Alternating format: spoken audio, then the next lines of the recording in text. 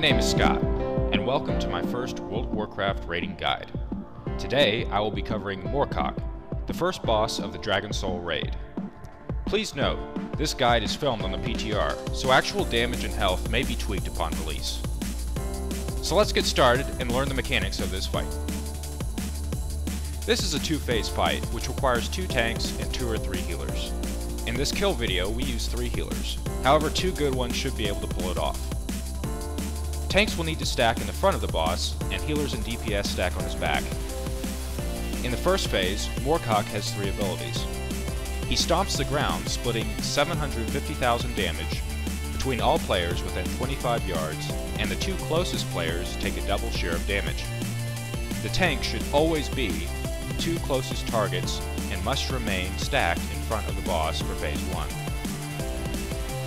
Morchok's second ability is a stacking debuff he applies to the tank, called Crush Armor.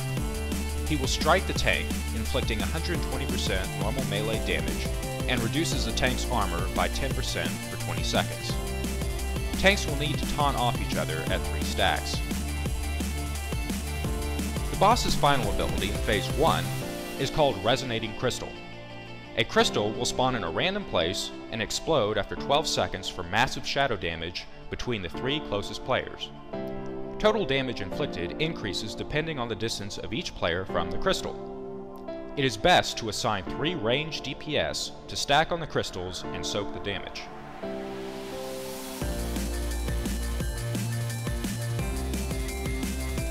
At the beginning of phase 2, Morchok draws all players to him, inflicting 5% of their total health as physical damage.